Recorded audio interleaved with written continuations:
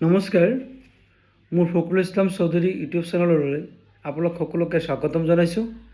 আজি এটি গুৰুত্বপূৰ্ণ বিষয় আলোচনা কৰিবলৈ আপোনালোকৰ মাজলৈ আহিছোঁ।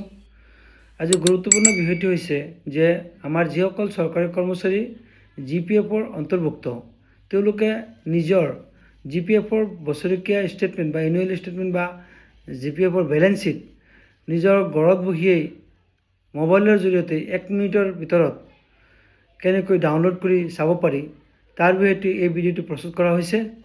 বলক আমি দেৰি নকৰি ভিডিঅ'ৰ মাজলৈ যাওঁ।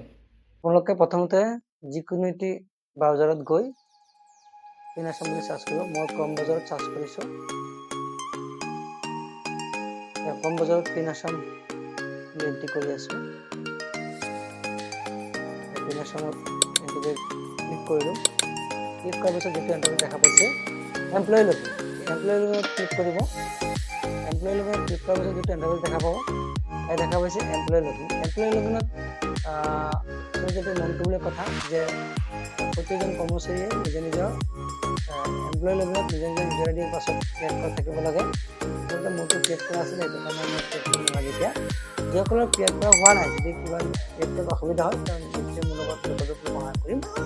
ঠিক আছে, মই এতিয়া মোৰ ইউজাৰ আইডিৰ পাছত ক্লিক কৰি আছোঁ, লগইন কৰি আছোঁ।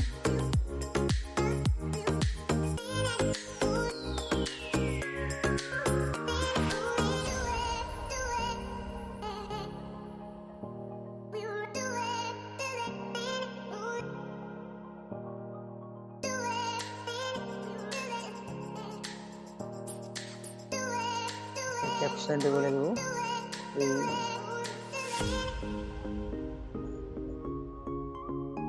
কেপচাৰ কৰাৰ পিছত দেখা পাইছে লগইন, লগইনত ক্লিক কৰিব লাগিব। লগইনত ক্লিক কৰাৰ পিছত যিটো ইণ্টাৰফেচ দেখিবলৈ পাব দেখা পাইছে ইণ্টাৰফেচটো। ইয়াত লিখা আছে personal information, bank information, employee details, GPF, salary and pay slip, earn salary advance and salary link credit, tax deduction, grievance. এইখিনি গোটেইখিনি আমাৰ নালাগে। আমাৰ হৈছে এইটো মাজত যিটো দেখা পাইছে চেলাৰী এণ্ড পে স্লিপ, এই চেলাৰী এণ্ড পে স্লিপত আপোনালোকে ক্লিক কৰিব। ক্লিক কৰাৰ পিছত যিটো ইণ্টাৰফেচ দেখিবলৈ পাব তাত আপোনালোকে চাব বিল ৰিকুৱেষ্ট, বিল, চেলাৰী, এৰিয়াৰ payment, medical promotion, federal provident fund, GPF annual statement, group insurance. এতিয়া এইটো যি দেখা পাইছে GPF এনুৱেল ষ্টেটমেণ্ট, আপোনালোকে ইয়াত ক্লিক কৰিব। ইয়াত ক্লিক কৰাৰ পিছত অলপ ওপৰলৈ যাব, ওপৰত দেখা পাব GPF এনুৱেল ষ্টেটমেণ্ট লিখা আছে, তাৰ লগতে 2026 আৰু 27 লগতে কাৰ্ড চিন দিয়া আছে। কাৰ্ড চিনটো আপোনালোকে ক্লিক কৰিব। ক্লিক কৰাৰ পিছত ইয়াত বিভিন্ন চন দেখা পাইছে, আপোনাৰ কোনটো চনৰ প্ৰয়োজন সেইটো চনটোত ক্লিক কৰিব। যেনে মই 2024 আৰু 25 এইটো চনটো বাছনি কৰিছোঁ, ইয়াত ক্লিক কৰিছোঁ। ক্লিক কৰাৰ পিছত আপোনালোকে দেখা পাইছে ইয়াত নাম আহিছে, GPF নাম্বাৰ আহিছে, পান নম্বৰ আহিছে, ষ্টেটমেণ্ট আহিছে। এই ষ্টেটমেণ্টৰ তলত দেখা পাইছে PDF, PDFত ক্লিক কৰক। ক্লিক কৰাৰ লগে লগে আপোনালোকে চাব এই ওপৰত PDFটো আহি গৈছে, PDFত ক্লিক কৰিব।